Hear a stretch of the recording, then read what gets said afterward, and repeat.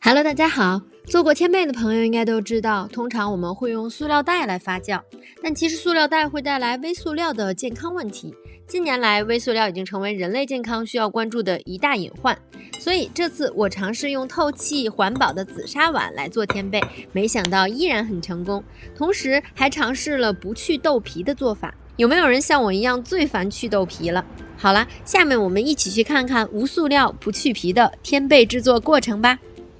首先我们要准备300克的干黄豆，加水泡发个几个小时。本来想给大家做个双色的，但是红豆的那个失败了，因为红豆放在水里面煮很容易烂，但是隔水煮吧它又很硬，所以这次视频里用到的黄豆是1半的量，也就是150克。泡发好的豆子呢，我们放到高压锅里面，用豆子的那一档来焖熟。焖熟之后给它过滤出来，一定要过滤的稍微干一点，如果你觉得有点湿，就可以放在锅上炒一下。每次做天贝的时候，我都觉得去皮特别麻烦，所以这次我想尝试一下不去皮版的，于是就想着把豆子稍微捣烂一点点，应该会更有助于发酵。你看我就稍微捣了捣，像这样就可以了。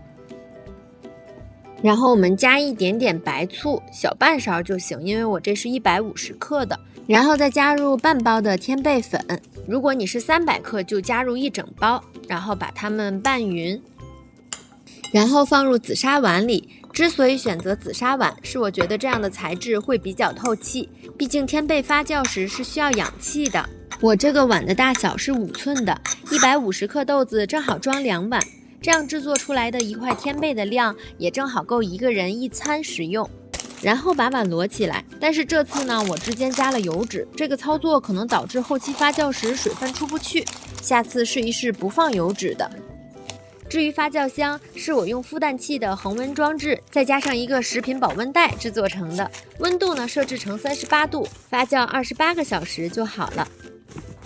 快来看看发酵好的成品。我自己也没有想到这种不扎洞没去皮的天贝也可以这么成功，虽然白色菌丝的覆盖度没有用塑料袋时那么均匀，底部还能看到一粒一粒的黄豆，但天贝的质地依然这么紧实，而且还带着浓郁的天贝自带的蘑菇味，说明实验非常成功。不过最重要的是，我们的制作过程中完全没有使用塑料袋，既减少了微塑料的摄入，还为绿色地球尽了一份小小的力量。不过可能是因为加垫了油脂，导致水分没有及时排出，大家制作时就不要学我加垫油脂了。